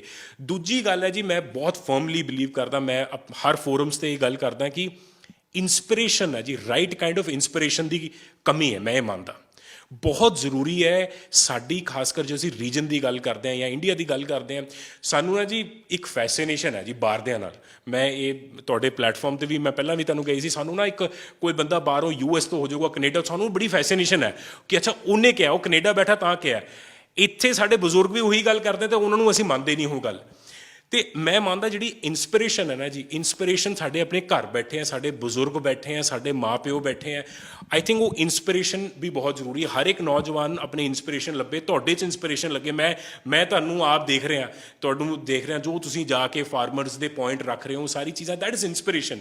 ਸੋ ਮੈਨੂੰ ਲੱਗਦਾ ਰਾਈਟ ਕਾਈਂਡ ਆਫ ਇੰਸਪੀਰੇਸ਼ਨ ਬਹੁਤ ਜ਼ਰੂਰੀ ਹੈ। ਤੁਸੀਂ ਵੀ ਆਪਣੇ ਪਲੇਟਫਾਰਮ 'ਤੇ ਇਹ ਚੀਜ਼ ਨੂੰ ਪ੍ਰਮੋਟ ਕਰੀਏ, ਅਸੀਂ ਰਾਈਟ ਕਾਈਂਡ ਕਰੀਏ, ਤਾਂ ਹੀ ਯੂਥ ਜੁੜੇਗਾ ਜੀ। ਸਕਾਰਾਤਮਕ ਸੋਚ ਹੋਣੀ ਬਹੁਤ ਜ਼ਰੂਰੀ ਹੈ, ਕਿਉਂਕਿ ਜੇਕਰ ਸਾਡੇ ਕੋਲ ਸੋਚ, ਇੱਕ ਦਿਸ਼ਾ ਹੋਊਗੀ ਤਾਂ ਅਸੀਂ ਇੱਕ ਮੁਕਾਮ ਜ਼ਰੂਰ ਹਾਸਲ ਕਰਾਂਗੇ। ਲੇਕਿਨ ਜਦੋਂ ਭਟਕਣ ਸਾਡੇ ਅੰਦਰ ਪੈਦਾ ਹੋ ਜਾਂਦੀ ਆ, ਜਾਂ ਸਾਡੇ ਅੰਦਰ ਜੋ ਆਤਮ ਵਿਸ਼ਵਾਸ ਨਹੀਂ ਰਹਿੰਦਾ, ਤਾਂ ਕਿਤੇ ਨਾ ਕਿਤੇ ਸਾਡੇ ਅੱਗੇ ਜੋ ਮੌਕੇ ਨੇ ਉਹ ਸਾਨੂੰ ਨਹੀਂ ਦਿਖਦੇ, ਉਹਦੇ ਅੱਗੇ ਕਿਤੇ ਨਾ ਕਿਤੇ ਕੋਈ ਵਹਿਮ ਦੀਆਂ ਜਾਂ ਕੋਈ ਡਰ ਦੀਆਂ ਪਰਤਾਂ ਜੰਮ ਜਾਂਦੀਆਂ ਨੇ। ਅਸੀਂ ਸੋਲਰ ਦੀ ਗੱਲ ਕਰ ਲਈਏ। ਸੋਲਰ ਇਸ ਟਾਈਮ ਜੇਕਰ ਮੈਂ ਰਿਸਰਚ ਕਰਦਾ, ਵੈਸੇ ਜਰਮਨੀ ਸਭ ਤੋਂ ਅੱਗੇ ਦਿਖਾਈ ਦੇ ਰਿਹਾ, ਚਾਈਨਾ, ਜਾਪਾਨ ਉਦੋਂ ਬਾਅਦ ਹਜੇ ਆਉਂਦੀਆਂ ਨੇ। ਕਿਤੇ ਨਾ ਕਿਤੇ ਜੋ ਓਪਰਚੁਨਿਟੀਜ਼ ਨਹੀਂ ਹੈ, ਜਾਂ ਅਵੇਅਰਨੈਸ ਨਹੀਂ ਹੈ, ਜਾਂ ਲੋਕਾਂ ਕੋਲ ਸਹੀ ਡਾਇਰੈਕਸ਼ਨ ਨਹੀਂ ਹੈ, ਇਹ ਚੀਜ਼ਾਂ ਵੀ ਨੇ ਜੋ ਲੋਕਾਂ ਨੂੰ ਹਜੇ ਵੀ ਜਿਹੜਾ ਕਿ ਖੁਦ ਬਿਜਲੀ ਪੈਦਾ ਕਰਨ ਤੋਂ ਦੂਰ ਰੱਖਿਆ ਹੋਇਆ ਆ ਜੀ। ਮੈਨੂੰ ਹਾਲ ਤੱਕ ਯਾਦ ਆ ਜਾਂਦਾ ਜੀ, ਅਸੀਂ 2 ਸਾਲ ਪਹਿਲਾਂ ਜਦੋਂ ਅਸੀਂ ਸੋਲਰ ਕਿੱਟ ਲਾਂਚ ਕੀਤੀ ਸੀ, ਮੈਨੂੰ ਯਾਦ ਹੈ ਅਸੀਂ ਬੜਾ ਹੀ ਵਧੀਆ ਇੰਟਰੈਕਸ਼ਨ ਕੀਤੀ ਸੀ ਆਪਸ ਵਿੱਚ। ਦੇਖੋ ਜੀ, ਇਹੋ ਜਿਹੀ ਮੈਂ ਥੋੜ੍ਹਾ ਜਿਹਾ ਡਿਫਰੈਂਟ ਇੱਕ ਐਗਜ਼ਾਮਪਲ ਦੇਵਾਂਗਾ। ਜੇ ਅਸੀਂ ਥੋੜ੍ਹਾ ਜਿਹਾ ਫਿਲੋਸਫੀ ਵੱਲ ਜਾਈਏ, ਥੋੜ੍ਹਾ ਜਿਹਾ ਸਪਿਰਿਚੁਅਲੀ ਸੋਚੀਏ, ਤੁਸੀਂ ਇਹੋ ਜਿਹੀ ਰੱਬ ਨੇ ਇਹੋ ਜਿਹੀ ਪਾਵਰ ਬਣਾਈ ਹੈ, ਸੋਲਰ ਪਾਵਰ, ਜਿਹੜੀ ਇੱਕ ਲੌਤੀ ਪਾਵਰ ਜਿਹੜੀ ਤੁਸੀਂ ਆਪਣੇ ਘਰੇ ਲਾ ਸਕਦੇ ਹੋ। ਤੁਸੀਂ ਥਰਮਲ ਨਹੀਂ ਲਾ ਸਕਦੇ ਜਿਹੜੀ ਕੋਇਲਾ ਤੋਂ ਬਣਦੀ ਹੈ, ਤੁਸੀਂ ਹਾਈਡਰੋ ਨਹੀਂ ਲਾ ਸਕਦੇ ਜਿਹੜੀ ਪਾਣੀ ਤੋਂ ਬਣਦੀ ਹੈ। ਇੱਕ ਇਹੋ ਜਿਹੀ ਪਾਵਰ ਹੈ ਜਿਹੜੀ ਹਮੇਸ਼ਾ ਰੂਫਟਾਪਸ ਤੇ ਮੈਂਟ ਸੀ। ਸੋ ਮੈਂ ਤਾਂ ਮੰਨਦਾ ਵੀ ਇਹ ਨੇਚਰ ਨੇ ਬਣਾਈ ਹੈ ਇਹੋ ਜਿਹੀ ਚੀਜ਼ ਵਿਚ always meant to be installed, ਕਿ ਤੁਹਾਡੇ ਘਰ ਵਿੱਚ, ਤੁਹਾਡੇ ਖੇਤ ਵਿੱਚ, ਤੁਹਾਡੇ ਇੰਡਸਟਰੀ ਵਿੱਚ, ਤੁਹਾਡੇ ਕਮਰਸ਼ੀਅਲ ਬਿਲਡਿੰਗ 'ਚ। ਸੋਲਰ ਬਹੁਤ ਵਧੀਆ ਹੈ ਜੀ, ਮਤਲਬ ਲਾਸਟ 2-3 ਸਾਲ ਖਾਸ ਕਰ ਬਹੁਤ ਅਵੇਅਰਨੈਸ ਕ੍ਰੀਏਟ ਹੋਈ ਹੈ। ਬਟ ਮੈਂ ਹਾਲੇ ਵੀ ਮੰਨਦਾ ਕਿ ਹਾਲੇ ਇੰਡੀਆ 'ਚ ਹੀ ਨਹੀਂ ਸਟਾਰਟ ਹੋਇਆ, ਕਿਉਂਕਿ ਇੰਡੀਆ, ਜਦੋਂ ਅਸੀਂ ਆਬਾਦੀ ਦੀ ਗੱਲ ਕਰਦੇ ਹਾਂ, ਪੰਜਾਬ ਹੀ 2.5 ਕਰੋੜ ਦੀ ਆਬਾਦੀ 'ਚ ਬੈਠਾ, ਭਾਰਤ 140 ਕਰੋੜ ਦੀ ਆਬਾਦੀ 'ਚ ਬੈਠਾ। ਇਹਦੇ ਤਾਂ ਜੋ ਸਕੇਲ ਆ ਸਕਦਾ ਹੈ, ਜਰਮਨੀ ਤਾਂ ਜੀ ਕਿਤੇ ਖੜੇ ਨਹੀਂ ਹੁੰਦਾ ਜੀ, ਜਾਪਾਨ ਤਾਂ ਕਿਤੇ ਖੜੇ ਨਹੀਂ ਹੁੰਦਾ। ਸੋ ਆਈ ਥਿੰਕ ਇਹਦੇ 'ਚ ਅਵੇਅਰਨੈਸ ਕ੍ਰੀਏਟ ਕਰਨੀ ਬਹੁਤ ਜ਼ਰੂਰੀ ਹੈ। ਇਹੋ ਜਿਹੀ ਪਾਵਰ ਜਿਵੇਂ ਤੁਸੀਂ ਗੱਲ ਕਹੀ, ਇਹ ਤਾਂ ਇੱਕ ਤੁਸੀਂ ਬਿਜਲੀ ਪੈਦਾ ਆਪ ਕਰ ਰਹੇ ਹੋ, ਤੁਸੀਂ ਇੱਕ ਸੋਲਰ ਪ੍ਰੋਡਿਊਸਰ ਬਣ ਗਏ। ਸੋ ਤੁਹਾਨੂੰ ਇੱਕ ਬੇਸਿਕਲੀ ਇਲੈਕਟ੍ਰਿਸਿਟੀ ਪ੍ਰੋਵਾਈਡਰ ਦੀ ਲੋੜ ਹੀ ਨਹੀਂ, ਤੁਸੀਂ ਆਪ ਦੀ ਬਿਜਲੀ ਆਪ ਜਨਰੇਟ ਕਰੋ। ਸੋ ਆਈ ਥਿੰਕ ਇਹ ਤਾਂ ਇੱਕ ਇਹੋ ਜਿਹੀ ਚੀਜ਼ ਹੈ, ਅਵੇਅਰਨੈਸ ਦੀ ਹੋਰ ਲੋੜ ਹੈ, ਅਤੇ ਉਹ ਅਸੀਂ ਆਪਣੇ ਪਲੈਟਫਾਰਮਸ 'ਤੇ ਜਿੰਨਾ ਅਸੀਂ ਉਹਨੂੰ ਹੋ ਸਕੀਏ ਲੋਕਾਂ ਨੂੰ ਗਾਈਡ ਕਰੀਦਾ। ਬਟ ਮੈਨੂੰ ਬਹੁਤ ਕੌਨਫੀਡੈਂਟ ਹੈ ਸਰ ਕਿ ਇਹ ਤਾਂ ਹੁਣ ਸਟਾਰਟ ਹੋ ਗਿਆ ਜੀ। ਕਲੀਨ ਰੈਵੋਲਿਊਸ਼ਨ ਜੋ ਮੈਂ 2 ਸਾਲ ਪਹਿਲਾਂ ਵੀ ਬੋਲਿਆ ਸੀ, ਮੈਂ ਅੱਜ ਵੀ ਕਹਿੰਦਾ ਕਲੀਨ ਰੈਵੋਲਿਊਸ਼ਨ, ਇੱਕ ਆਪਣੀ ਗ੍ਰੀਨ ਰੈਵੋਲਿਊਸ਼ਨ ਆਈ ਸੀ, ਹੁਣ ਆਪਣੀ ਕਲੀਨ ਰੈਵੋਲਿਊਸ਼ਨ ਹੈਗੀ ਹੈ, ਅਤੇ ਇਹ ਹੋਰ ਵਧੂਗਾ ਜੀ। I am very confident with ਦਿਸ ਜੀ। 2.5 ਕਰੋੜ ਜਨ ਨਹੀਂ, 2.5 ਕਰੋੜ ਜ਼ਹਿਨ ਹੈ, ਦਿਮਾਗ ਹੈ, ਬ੍ਰੇਨ ਹੈ, ਅਤੇ ਉਹ ਬਚਾਉਣੇ ਜ਼ਰੂਰ ਹੈ, ਬਾਹਰ ਨਹੀਂ ਭੇਜਣੇ। ਅਤੇ ਖੁਦ ਜੇਕਰ ਅਸੀਂ ਸਭ ਤੋਂ ਵੱਡੀ ਕਮੀ ਰਹਿੰਦੀ ਆ ਬਿਜਲੀ ਦੀ, ਜਾਂ ਹੁਣ ਜੇ ਅਸੀਂ ਰੌਲਾ ਗੱਲ ਕਰ ਲਈਏ ਤਾਂ ਮੁੱਦਾ ਇਹ ਵੀ ਰਿਹਾ ਵੀ ਹੁਣ ਵੀ ਸਰਕਾਰ ਇਹ ਕਹਿ ਰਹੀ ਸੀ ਰੇਲਾਂ ਖਾਲੀ ਕਰ ਦਿਓ ਭਾਈ, ਕੋਲਾ ਥੋੜ੍ਹਾ ਰਹਿ ਗਿਆ ਬਿਜਲੀ ਪੈਦਾ ਕਰਨੀ ਹੈ, ਤਾਂ ਜੇਕਰ ਸਾਡੇ ਕੋਲ ਮੌਕਾ ਹੋਵੇ ਤਾਂ ਅਸੀਂ ਆਪਣੀ ਬਿਜਲੀ ਆਪ ਪੈਦਾ ਕਰ ਸਕਦੇ ਹਾਂ। ਪਰ ਸਿਮਰ, ਤੁਹਾਡੇ ਐਕਸਪੀਰੀਅੰਸ ਤੋਂ, ਤੁਹਾਡੇ ਤਜਰਬੇ ਤੋਂ ਵੇਖਿਆ ਜਾਵੇ ਤਾਂ ਸੋਲਰ ਬਹੁਤ ਫਾਇਦੇ ਵਾਲਾ ਸਾਬਿਤ ਹੋ ਰਿਹਾ। ਜੇ ਅਸੀਂ ਆਮ ਜ਼ਿੰਦਗੀ ਦੇ ਵਿੱਚ ਵਿਚਰੀਏ ਤਾਂ ਕਿਤੇ ਨਾ ਕਿਤੇ ਇੱਕ ਵਾਰੀ ਖਰਚਾ ਜ਼ਰੂਰ ਹੈ, ਪਰ ਉਹ ਪਤਾ ਨਹੀਂ ਕਿੰਨੇ ਸਾਲਾਂ ਦਾ ਖਰਚਾ ਖਤਮ ਹੀ ਹੋ ਗਿਆ। ਪਰ ਫਿਰ ਵੀ ਲੋਕ ਹਜੇ ਵੀ ਮੂਵ ਆਨ ਨਹੀਂ ਹੋ ਰਹੇ, ਲੋਕ ਹਜੇ ਵੀ ਇਸ ਚੀਜ਼ ਦਾ ਵੱਧ ਨਹੀਂ ਰਹੇ। ਕੀ ਗੱਲ, ਲੋਕਾਂ ਨੂੰ ਆਧਾਰ ਲੋਕਾਂ ਨੇ ਪਹਿਲਾਂ ਵਾਲੀ ਬਿਜਲੀ ਬਣਾਈ ਹੋਈ ਹੈ ਤਾਂ ਕਰਕੇ ਹੈ, ਜਾਂ ਲੋਕਾਂ ਕੋਲ ਹਜੇ ਉਹ ਤਾਕਤ ਨਹੀਂ ਹੈਗੀ ਕਿ ਇੱਧਰ ਆਪ ਬਿਜਲੀ ਪੈਦਾ ਨਹੀਂ ਕਰ ਸਕਦੇ? ਦੇਖੋ ਜੀ, ਮੈਂ ਇਹਦੇ 'ਚ ਮੰਨਦਾ ਵੀ ਜਦੋਂ ਚੇਂਜ ਆਉਂਦਾ ਨਾ ਜੀ, ਚੇਂਜ ਇੰਟਰਨੈਟ ਜਦੋਂ 90s ਵਿੱਚ ਆਇਆ ਸੀ, ਮਿਡ 90s ਵਿੱਚ ਆ ਗਿਆ ਸੀਗਾ, ਔਰ ਲੇਟ 90s ਅਰਲੀ 2000 ਜੋ .com ਦਾ ਵੀ ਆਇਆ। ਚੇਂਜ ਇੱਕ ਇਹੋ ਜਿਹੀ ਚੀਜ਼ ਹੈ ਕਿ ਮਤਲਬ ਜਿਹੜਾ ਆਪਾਂ ਸਵਾਲ ਵੀ ਪੁੱਛਦੇ ਨਾ ਜੀ, ਕਿਹੜਾ ਬੰਦਾ ਚੇਂਜ ਕਰਨਾ ਚਾਹੁੰਦਾ, ਕਿਹੜਾ ਬੰਦਾ ਚਾਹੁੰਦਾ ਚੇਂਜ ਹੋਣਾ, ਤੇ ਸਾਰੇ ਹੱਥ ਖੜੇ ਕਰਦੇ। ਕਿਹੜਾ ਹੋਣਾ ਚਾਹੁੰਦਾ ਚੇਂਜ ਤਾਂ ਕੋਈ ਨਹੀਂ ਕਰਦਾ ਹੱਥ ਖੜਾ। ਇਹ ਇੱਕ ਫੰਡਾਮੈਂਟਲ ਪ੍ਰੋਬਲਮ ਹੈ, ਇੱਕ ਫੰਡਾਮੈਂਟਲ ਸੁਸਾਇਟੀ 'ਚ ਪ੍ਰੋਬਲਮ ਹੈ, ਇਕੱਲੀ ਸੋਲਰ 'ਤੇ ਨਹੀਂ ਹੈ। ਕੋਈ ਵੀ ਚੀਜ਼ ਨਵੀਂ ਆਉਂਦੀ ਹੈ, ਮੈਂ ਬਹੁਤ ਕੌਨਫੀਡੈਂਟ ਹਾਂ ਜੀ। ਦੇਖੋ 2012 ਤੋਂ ਅੱਜ ਜਿੱਥੋਂ ਪਲੇਟਾਂ 'ਚ ਸੋਲਰ ਪੈਨਲ ਨੂੰ ਵੀ ਪਲੇਟਾਂ ਕਹੀਦਾ ਸੀ, ਅੱਜ ਬਹੁਤ ਇੱਕ ਲੰਬਾ ਹੋਇਆ। ਪਹਿਲੀ ਜਿਹੜੀ ਇੱਕੋ ਚੀਜ਼ ਦੀ ਲੋੜ ਹੈ ਨਾ ਜੀ, ਅਵੇਅਰਨੈਸ ਦੀ ਲੋੜ ਹੈ, ਹੋਰ ਕੋਈ ਚੀਜ਼ ਦੀ ਲੋੜ ਨਹੀਂ। ਹਾਲੇ ਵੀ ਲੋਕ ਕਹਿੰਦੇ ਜੀ ਅੱਛਾ ਮੈਂ ਸੋਲਰ ਲਾਵਾਂਗਾ ਜੀ ਅਤੇ ਮੇਰਾ ਫਰਿੱਜ ਚੱਲੂਗਾ ਜੀ, ਪੱਖਾ ਚੱਲੂਗਾ ਨਹੀਂ, ਇਹੋ ਜਿਹੇ ਸਵਾਲ ਹਾਲੇ ਵੀ ਆਉਂਦੇ ਆ। ਸੋ ਆਈ ਥਿੰਕ ਅਵੇਅਰਨੈਸ ਦੀ ਹੀ ਲੋੜ ਹੈ, ਹੋਰ ਇਹੋ ਜਿਹੀ ਕੋਈ ਚੀਜ਼ ਨਹੀਂ ਹੈ ਜੀ। ਲੋਕਾਂ ਨੂੰ ਕਈ ਡਰ ਲੱਗਦਾ ਜੀ ਉਹ ਸੋਲਰ ਮੇਰੇ ਖਰਾਬ ਹੋ ਜਾਣਗੇ ਜੀ, ਕੀ ਮੇਨਟੇਨੈਂਸ ਦੀ ਲੋੜ ਹੈ। ਸੋ ਅਵੇਅਰਨੈਸ ਸਹੀ ਕਾਇੰਡ ਦੀ ਬਹੁਤ ਜ਼ਰੂਰਤ ਹੈ। ਦੂਜੀ ਚੀਜ਼ ਜਿਹੜੀ ਤੁਸੀਂ ਬਹੁਤ ਇੰਪੋਰਟੈਂਟ ਗੱਲ ਕਹੀ ਹੈ, ਉਹ ਇਹ ਗੱਲ ਹੈ ਕਿ ਜੀ ਅਸੀਂ ਜਦੋਂ ਪੰਜਾਬ ਦੀ ਵੀ ਗੱਲ ਕਰਦੇ ਹਾਂ, ਭਾਰਤ ਦੀ ਗੱਲ ਕਰਦੇ ਹਾਂ, ਇਕੱਲੀ ਸੋਲਰ 'ਚ ਓਪਰਚੁਨਿਟੀ ਨਹੀਂ, ਓਪਰਚੁਨਿਟੀਜ਼ ਦਾ ਹਰ ਕਿਤੇ ਫੀਲਡ ਵਿੱਚ ਹੈ। ਉਹਨੂੰ ਪ੍ਰੋਬਲਮ ਨੂੰ ਸੋਲਵ ਕਰਨਾ ਹੈ, ਉਹ ਪ੍ਰੋਬਲਮ ਨੂੰ ਆਈਡੈਂਟੀਫਾਈ ਕਰਕੇ ਜੇ ਆਪਾਂ ਨੂੰ ਸੋਲਵ ਕਰੀਏ ਤੇ ਆਈ ਡੋਂਟ ਥਿੰਕ ਸੋ ਜੀ ਇਹਦਾ ਤਾਂ ਮਤਲਬ ਮੈਂ ਪਹਿਲਾਂ ਵੀ ਤੁਹਾਡੇ ਨਾਲ ਮੈਂ ਗੱਲ ਸਾਂਝੀ ਕੀਤੀ ਹੈ। ਇਹ ਤਾਂ ਇੱਕ ਇਹੋ ਜਿਹੀ ਚੀਜ਼ ਹੈ ਕਿ ਤੁਸੀਂ ਫॉर ਲਾਈਫ ਸੋਲਰ ਆਪਣੀ ਬਿਜਲੀ ਨੂੰ ਬਚਤ ਹੀ ਕਰ ਲਿਆ ਜੀ, ਫ੍ਰੀ ਕਰ ਲਿਆ। ਸੋ ਇਹ ਮੈਂ ਤਾਂ ਕੋਸ਼ਿਸ਼ ਕਰਦਾ ਜੀ ਲੋਕਾਂ ਨੂੰ ਕਨਵਿੰਸ ਕਰਨ ਦਾ, ਹੋਰ ਜਿੰਨਾ ਕੁ ਵੀ ਹੋ ਰਿਹਾ ਬਹੁਤ ਹੱਦ ਤੱਕ ਹੋ ਵੀ ਚੁੱਕਿਆ। ਬੜੇ ਗੁਰਦੁਆਰਿਆਂ ਨੇ, ਮੰਦਰਾਂ ਨੇ, ਮਸਜਿਦਾਂ ਨੇ ਵੀ ਸੋਲਰ ਲਾਇਆ, ਉਹ ਵੀ ਸਮਝ ਰਹੇ ਬਿਕੋਜ਼ ਉੱਥੇ ਬਹੁਤ ਸੁਸਾਇਟੀ ਆਉਂਦੀ ਹੈ।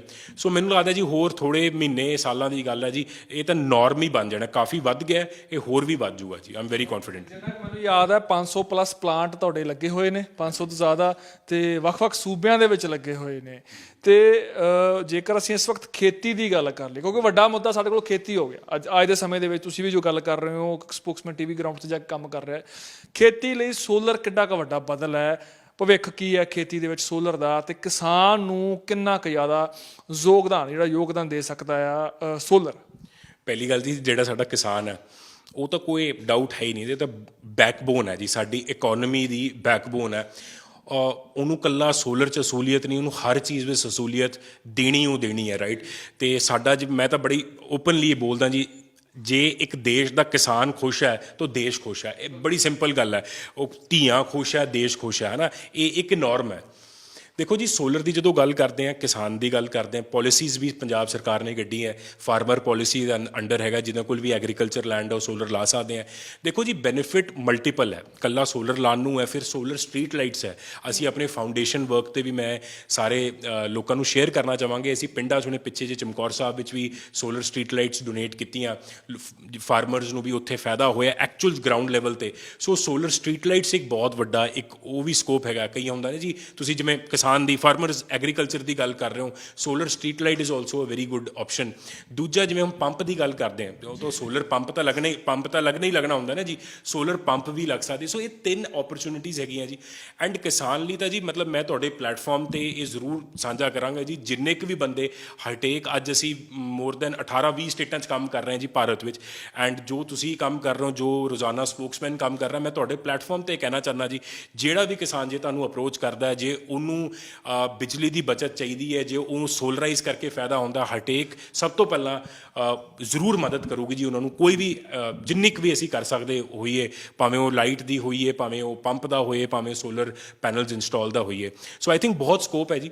ਐਂਡ ਜ਼ਰੂਰ ਜੀ, ਮੈਂ ਤੁਹਾਡੇ ਪਲੇਟਫਾਰਮ 'ਤੇ ਗੱਲ ਕਰਤੀ, ਸਾਡਾ ਕਿਸਾਨ ਸਾਡੇ ਨਬਜ਼ ਹੈ ਜੀ, ਹੈ ਨਾ ਜੀ। ਉਹਨਾਂ ਨੂੰ they have to be happy, ਉਹ ਖੁਸ਼ ਰਹਿਣਾ ਚਾਹੀਦਾ ਤਾਂ ਦੇਸ਼ ਖੁਸ਼ ਹੈ ਜੀ।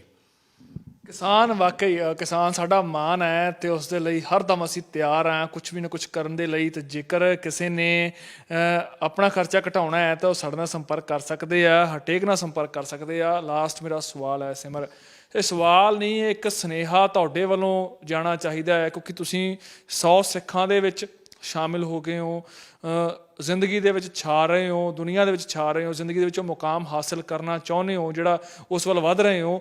ਤੇ ਜੇਕਰ ਮੈਂ ਇਸ ਵਕਤ ਨੌਜਵਾਨਾਂ ਵੱਲ ਗੱਲ ਕਰ ਲਾਂ, ਪੰਜਾਬ ਦਾ ਨੌਜਵਾਨ ਤੁਹਾਡੇ ਵਰਗਾ ਹੀ ਹੈ, ਕੈਪੇਬਲ ਹੈ, ਕਰ ਸਕਦਾ ਆ, ਪਰ ਕਿਤੇ ਨਾ ਸ਼ਾਇਦ ਉਹਨੂੰ ਜਾਗਰੂਕ ਕਰਨ ਦੀ ਲੋੜ ਹੈ। ਸੜਕਾਂ ਤੇ ਬੈਠਾ, ਜਾਗਰੂਕ ਹੋਇਆ ਤਾਂ ਹੀ ਬੈਠਾ। ਤਾਂ ਕਿਸ ਤਰੀਕੇ ਦਾ ਨੌਜਵਾਨ ਨੂੰ ਸੁਨੇਹਾ ਦੇਵੋਗੇ ਕਿ ਆਪਣੇ ਟੀਚੇ ਵੱਲ ਅੱਗੇ ਵਧੇ, ਆਪਣੇ ਦੇਸ਼ ਦੀ ਤਰੱਕੀ 'ਚ ਯੋਗਦਾਨ ਪਾਵੇ? ਬਹੁਤ ਹੀ ਗਹਿਰਾ ਸਵਾਲ ਹੈ ਸੀ, ਇਹ ਤੋਂ ਪਹਿਲਾਂ ਵੀ ਗੱਲ ਕੀਤੀ, ਬੜਾ ਸੈਂਸਿਟਿਵ ਸਵਾਲ ਹੈ। ਮੈਂ ਹਮੇਸ਼ਾ ਸਰ ਇਹਦੇ 'ਚ ਬਿਲੀਵ ਕੀਤਾ ਕਿ ਜਿਹੜੀ ਗੱਲ ਮੈਂ ਕਹਾਂ ਉਹ ਮੈਂ ਗੱਲ ਕਰ ਸਕਦਾ। ਮੈਂ ਇਹੋ ਜਿਹਾ ਐਗਜ਼ਾਮਪਲ ਨਹੀਂ ਦੇਣਾ ਚਾਹੁੰਦਾ ਜੋ ਮੈਂ ਕਾਪ ਨਹੀਂ ਕਰ ਸਕਦਾ। ਦੇਖੋ ਜੀ, ਮੇਰੇ ਅੰਦਰ ਜਿਹੜੀ ਜੋ ਇੰਸਪੀਰੇਸ਼ਨ, ਜੋ ਡਰ ਹੈ, ਉਹ ਮੈਂ ਬੜਾ ਕਲੀਅਰਲੀ ਕਹਿਣਾ, ਉਹ ਇਹ ਹੈ ਕਿ ਮੈਂ ਜਿੰਨੇ ਵੀ ਨੌਜਵਾਨ ਵੀ ਜੇ ਸੁਣ ਰਹੇ ਆ ਇਸ ਪਲੇਟਫਾਰਮ 'ਤੇ, ਮੈਨੂੰ ਪਤਾ ਹੈ ਬਹੁਤ ਪੰਜਾਬੀ ਜੁੜਿਆ ਇਹ ਪਲੇਟਫਾਰਮ 'ਤੇ, ਬਹੁਤ ਲੋਕ ਦੇਖਦੇ ਆ, ਖਾਸ ਕਰ ਨੌਜਵਾਨਾਂ ਲਈ ਸਿਰਫ ਮੈਂ ਇੱਕੋ ਚੀਜ਼ ਕਹਿਣਾ ਚਾਹੁੰਦਾ ਜੀ। ਅੱਜ ਆਪਾਂ 30 ਸਾਲਾਂ ਦੇ ਆ, 25 ਸਾਲਾਂ ਬਾਅਦ, ਇਹ 20-30 ਸਾਲ ਬਾਅਦ ਜਦੋਂ ਆਪਾਂ 50 ਸਾਲਾਂ ਦੇ ਹੋਵਾਂਗੇ, 60 ਸਾਲਾਂ ਦੇ ਹੋਵਾਂਗੇ, ਸਾਡੀ ਜਵਾਬਦਾਰੀ ਹੋਊਗੀ ਜੀ ਉਸ ਟਾਈਮ 'ਤੇ। ਸਾਡੀ ਜਵਾਬਦਾਰੀ ਸਾਨੂੰ ਤਾਂ ਹੋਊਗੀ ਜੀ, ਅਸੀਂ ਆਪਣੇ ਆਪ ਨੂੰ ਤਾਂ ਜਵਾਬਦਾਰੀ ਹਰ ਰੋਜ਼ ਉੱਠਦੇ ਹਾਂ, ਜਦੋਂ ਬਾਬੇ ਨਾਨਕ ਦਾ ਨਾਮ ਲਈਦਾ ਉੱਠਦੇ ਹਾਂ, ਸਾਨੂੰ ਆਪ ਦੀ ਤਾਂ ਜਵਾਬਦਾਰੀ ਹੈ ਹੀ ਹੈ। ਆਪਦੇ ਬੱਚਿਆਂ ਨੂੰ ਵੀ ਜਵਾਬਦਾਰੀ ਹੋਊਗੀ ਕਿ ਆਹ ਜਿਹੜਾ ਦੇਸ਼, ਭਾਵੇਂ ਦੁਨੀਆ, ਭਾਵੇਂ ਜੋ ਵੀ ਪ੍ਰੋਬਲਮਸ ਹੈਗੀਆਂ, ਅਸੀਂ ਕੀ ਕਰਿਆ ਜੀ। ਜਦੋਂ ਆ ਕੇ ਆਪਣਾ ਬੱਚਾ ਜਾਂ ਪੋਤਾ ਪੁੱਛੂਗਾ ਨਾ ਜੀ ਤੁਹਾਡੀ ਕੰਟਰੀਬਿਊਸ਼ਨ ਕੀ ਹੈਗੀ ਹੈ, ਮੈਨੂੰ ਲੱਗਦਾ ਵੀ ਸਾਨੂੰ ਸਾਰਿਆਂ ਨੂੰ ਡਰ ਹੋਣਾ ਚਾਹੀਦਾ ਜੀ ਉਸ ਸਵਾਲ ਦਾ। ਉਹ ਮੇਰੀ ਇੰਸਪੀਰੇਸ਼ਨ। ਮੈਂ ਸਾਰੇ ਨੌਜਵਾਨਾਂ ਨੂੰ ਇਹ ਕਹਿਣਾ ਚਾਹੁੰਦਾ, ਇਕੱਲਾ ਪੰਜਾਬ 'ਚ ਜੀ, ਸਾਡਾ ਇੰਡੀਆ ਹੀ, ਭਾਰਤ ਹੀ ਬੜਾ ਯੰਗ ਕੰਟਰੀ ਹੈ। ਇਹ ਸਾਡਾ ਟਾਈਮ ਹੈ ਜੀ, ਇਹ ਸਾਡਾ ਟਾਈਮ ਹੈ, ਸਾਡੇ ਕੰਟਰੀ ਦਾ ਟਾਈਮ ਹੈ। ਇਹਨੂੰ ਅਸੀਂ ਬੈਸਟ ਟੂ ਬੈਸਟ ਯੂਟੀਲਾਈਜ਼ ਕਰੀਏ, ਜਿੰਨਾ ਅਸੀਂ ਅਵੇਅਰ ਕਰ ਸਕਦੇ ਲੋਕਾਂ ਨੂੰ, ਜਿੰਨਾ ਮਦਦ ਕਰ ਸਕਦੇ ਲੋਕਾਂ ਨੂੰ। ਸੋ ਮੇਰਾ ਤਾਂ ਜੀ ਇੱਕੋ ਹੀ ਸੁਨੇਹਾ ਹੈ ਜੀ ਕਿ ਸਾਡੀ ਜਵਾਬਦਾਰੀ ਹੋਊਗੀ ਜੀ, ਉਹ ਜਵਾਬਦਾਰੀ ਜੀ ਸਾਨੂੰ ਪ੍ਰਿਪੇਅਰ ਰਹਿਣਾ ਚਾਹੀਦਾ ਅਤੇ ਅੱਜ ਤੋਂ ਹੀ ਸਟਾਰਟ ਕਰਾਂਗੇ। ਐਂਡ ਜੇ ਓਪਰਚੁਨਿਟੀ ਨਹੀਂ ਹੈ ਨਾ ਜੀ, ਲੈਟਸ ਕ੍ਰੀਏਟ ਓਪਰਚੁਨਿਟੀਜ਼। ਇਕੱਠੇ ਮਿਲ ਕੇ ਆਉਂਦੇ ਜੀ, ਸਾਰੇ ਇਕੱਠੇ ਹੁੰਦੇ, ਇੱਕ ਦੂਜੇ ਨੂੰ ਕੰਪੀਟ ਨਾ ਕਰੀਏ, ਕੋਲੈਬੋਰੇਟ ਹੋ ਕੇ ਕੰਮ ਕਰੀਏ। ਐਂਡ ਜਿਹਨੂੰ ਆਪਾਂ ਕਹਿੰਦੇ ਨੇ ਜੀ ਭਾਰਤ ਜਾਂ ਪੰਜਾਬ ਨੂੰ ਆਪਾਂ ਕਹਿੰਦੇ ਇੱਕ ਦੇਸ਼ ਇਹੋ ਜਿਹਾ ਬਣਾਈਏ ਜੋ ਅੱਜ ਤੋਂ 10 ਸਾਲ ਬਾਅਦ ਨਾ ਜੀ, ਮੈਨੂੰ ਤੁਸੀਂ ਡਰੀਮ ਪੁੱਛਦੇ ਹੋ, ਮੇਰਾ ਡਰੀਮ ਇਹ ਹੈ ਕਿ ਬਾਹਰੋਂ ਲੋਕ ਇੱਥੇ ਆ ਕੇ ਕੰਮ ਕਰਨ, ਉਹ ਅਪਲਾਈ ਕਰਨ ਇੱਥੇ ਆ ਕੇ, ਔਰ ਇੰਡੀਅਨ ਕੰਪਨੀਜ਼ ਵਿੱਚ। ਉਹ ਮੇਰਾ ਐਕਚੁਅਲ ਡਰੀਮ ਹੈ ਜੀ। ਸੋ ਅਸੀਂ ਵੀ ਇਹੀ ਚਾਹੁੰਦੇ ਹਾਂ ਕਿ ਸਾਡਾ ਨੌਜਵਾਨ ਜਾਗਰੂਕ ਹੋਵੇ। ਤੇ ਨੌਜਵਾਨ ਜੋ ਅੱਜ ਬਾਹਰ ਜਾ ਰਿਹਾ, ਯਾਨੀ ਕਿ ਬ੍ਰੇਨ ਡਰੇਨ ਜੇਕਰ ਬਾਹਰ ਨੂੰ ਹੋ ਰਿਹਾ, ਤੇ ਇੱਕ ਸਮਾਂ ਅਜਿਹਾ ਆਵੇ ਕਿ ਬ੍ਰੇਨ ਡਰੇਨ ਅਸੀਂ ਕਰੀਏ। ਬਾਹਰ ਵਾਲੇ ਲੋਕ ਭਾਰਤ 'ਚ ਆ ਕੇ, ਪੰਜਾਬ 'ਚ ਆ ਕੇ, ਖੇਤੀ ਚਾਹੇ ਕੋਈ ਵੀ ਸੈਕਟਰ ਹੈ, ਚਾਹੇ ਕਿਤੇ ਵੀ ਕੰਮ ਦੇ ਵਿੱਚ ਕਰਨਾ ਚਾਹੁੰਦੇ ਹੋ, ਤਾਂ ਇੱਥੇ ਆ ਕੇ ਨੌਕਰੀਆਂ ਕਰਨ। ਸਾਡਾ ਜਿਹੜਾ ਪੰਜਾਬ ਹੈ, ਸਾਡਾ ਭਾਰਤ ਦਾ ਨੌਜਵਾਨ ਵਾ, ਇੰਨਾ ਕੁ ਸਸ਼ਕਤੀਕਰਨ ਹੋ ਜਾਵੇ ਕਿ ਰੁਜ਼ਗਾਰ ਦੇਣਾ ਸਿੱਖੇ, ਰੁਜ਼ਗਾਰ ਪੈਦਾ ਕਰੇ। ਸੋ ਦੇਖਣਾ ਇਹ ਹੈ ਕਿ ਕਦੋਂ ਇਹ ਇਕਜੁੱਟਤਾ ਆਉਂਦੀ ਹੈ, ਕਿਸ ਤਰੀਕੇ ਦੇ ਨਾਲ ਨੌਜਵਾਨ ਇਕੱਠੇ ਹੁੰਦੇ ਨੇ। ਤੁਹਾਡੇ ਤੱਕ ਇੰਟਰਵਿਊ ਲੈ ਕੇ ਆਉਣ, ਤੁਹਾਡੇ ਤੱਕ ਸਿਮਰ ਨੂੰ ਮਿਲਾਉਣ ਦਾ ਮਕਸਦ ਇਹ ਸੀ ਕਿ ਨੌਜਵਾਨ ਜੋ ਅੱਜ ਕਿਤੇ ਨਾ ਕਿਤੇ ਦਿਸ਼ਾਹੀਨ ਹੁੰਦਾ ਨਜ਼ਰ ਆ ਰਿਹਾ ਆ, ਉਹਦੇ ਅੰਦਰ ਊਰਜਾ ਭਰੀ ਜਾਵੇ, ਉਹਨੂੰ ਇੱਕ ਦਿਸ਼ਾ ਦਿਖਾਈ ਜਾਵੇ ਕਿ ਕਾਮਯਾਬੀ ਮਿਲ ਸਕਦੀ ਹੈ, ਇੱਥੇ ਵੀ ਮਿਲ ਸਕਦੀ ਹੈ, ਤੇ ਕਿਸੇ ਹਾਲਤ ਹਰ ਮਦਦ ਨਾਲ, ਹਰ ਮਿਹਨਤ ਨਾਲ ਮਿਲ ਸਕਦੀ ਹੈ।